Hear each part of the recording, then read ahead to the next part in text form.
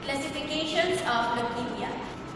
The four classifications of leukemias are acute lymphoblastic leukemias or ALL, acute myelogenous leukemia or AML. If there's an acute, there's also a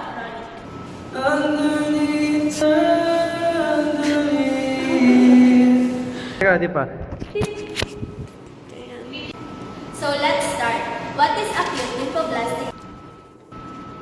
Classification of leukemia. Ano masasabi mo sa anin niya, Steph? Wala. Di ka nakikinig kay Sir Beho? Sabi niya, what is anemia? Ayun kay Sir Beho. Ang anemia ay, pero ba to? Leukemia. Ano nga ba ang leukemia?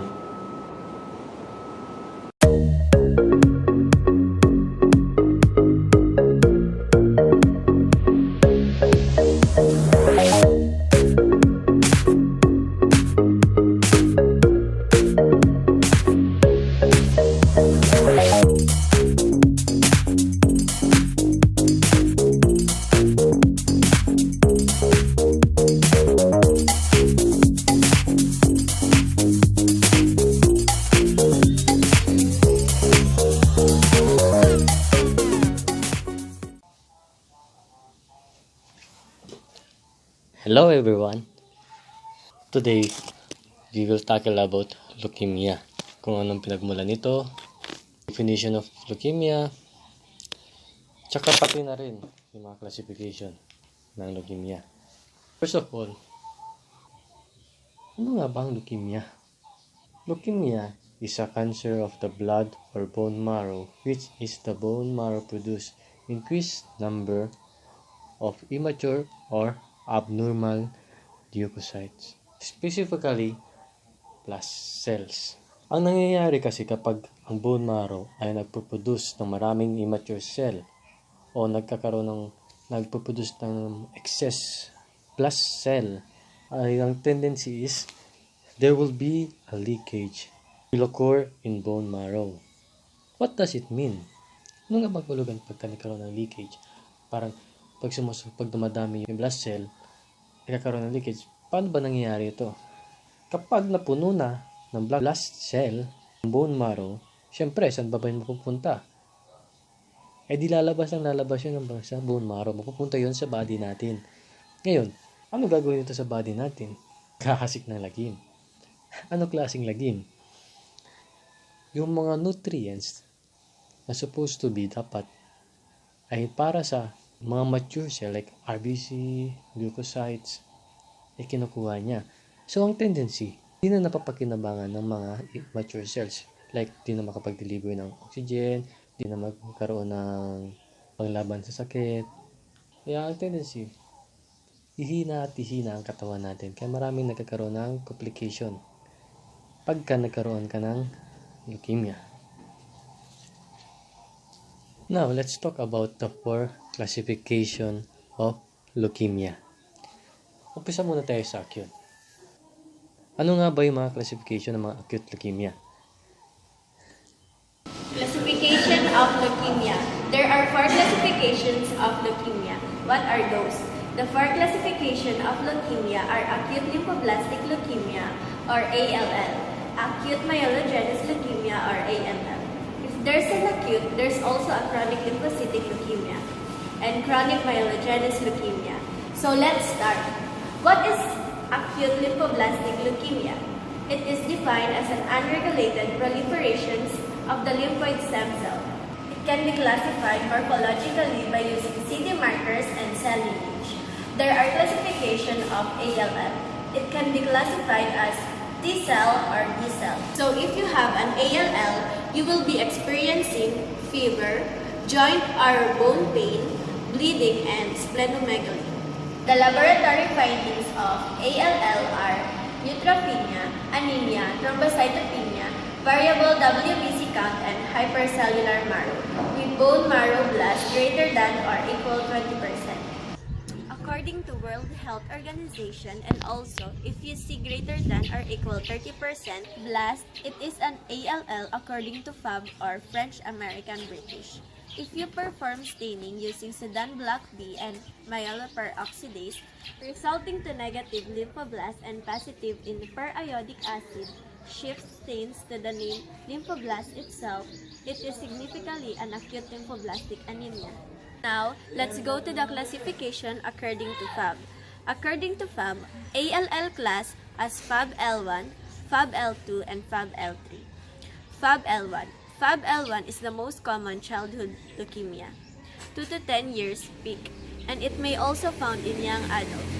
It has a small lymphoblast and in the same time homogeneous appearance. It is the most curable leukemia.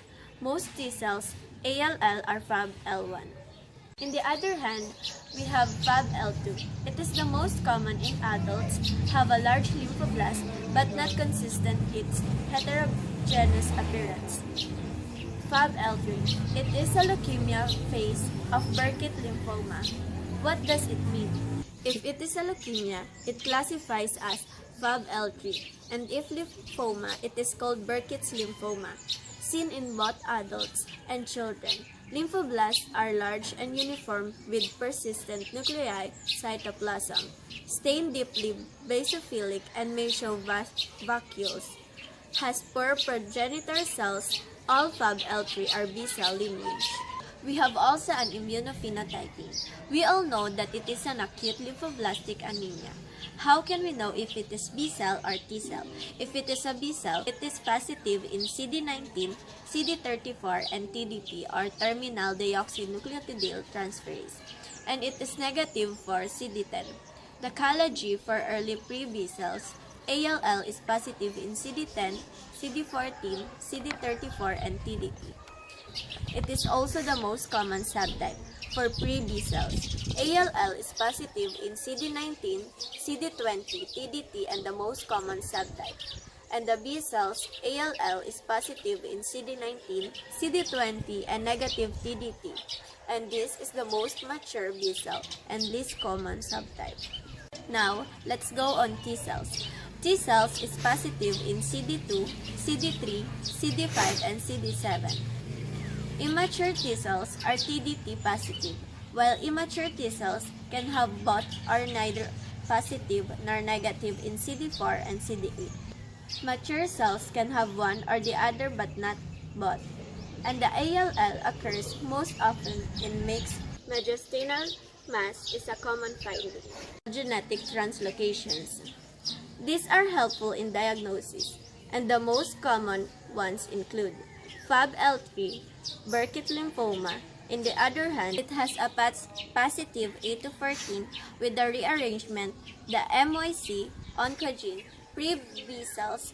ALL is associated with 1:19:22, while B cells, ALL associated with 1:4:11. Now, let's go in acute myelogenous leukemia, or AML. AML may classified into according to FAB. According to FAB, FAB M0, FAB M1, FAB M2, FAB M3, FAB M4, FAB M6, M7. FAB M0, blast exhibit markers, CD13, 33, and 34, but stain negatively with the usual cytochemical stains, and it is constituents with less than 5% of AML. FAB M1, it is an AML without maturation, shows 90% or more marrow, myeloblast, and may have awarods. FAB M2 has maturation and shows less than 90% marrow myeloblast. But FAB M1 and FAB M2 are SBB and MPO and specific esterase positive. M6 are acute erythroleukemia. It is characterized as greater than 20% or greater than 30% marrow myeloblast and 50% monodysplastic normoblast. Malignant pro-normoblast are positive in past, and myeloblasts are negative. In SBB and MPO, FABM7 or acute megakaryocytic anemia is the proliferation of megakaryoblast and atypical megakaryocytes in the BB. It may cause dry tap on marrow, aspiration positive in CD41, CD42, CD61 or platelet marker. Now, let's go in chronic lymphocytic leukemia or CLL. CLL is most commonly found in adults over 60 years old and it also more common in males. Has a ratio of 2:1, has a 5 to 10 year survival rate, and the B-cell malignancy are CD19 and CD20. Hair cell leukemia or HCL. HCL found in adults over 50 years old and also most common in males with a ratio of 7:1. Positive in CD19 and CD20 B-cell malignancy. Lymphocytic leukemia or PLL found again in adults and also common in males. It can be either B-cell and most common or T-cell malignancy. Both B and T cell types are aggressive and report poorly to treatment. Chronic myelomonocytosis leukemia. Chronic myelomonocytosis. Dahil di nabasa ni Dane, ako magbabasa. Chronic myelomonocytic leukemia or CMML is the one MDS that usually presents with leukocytes.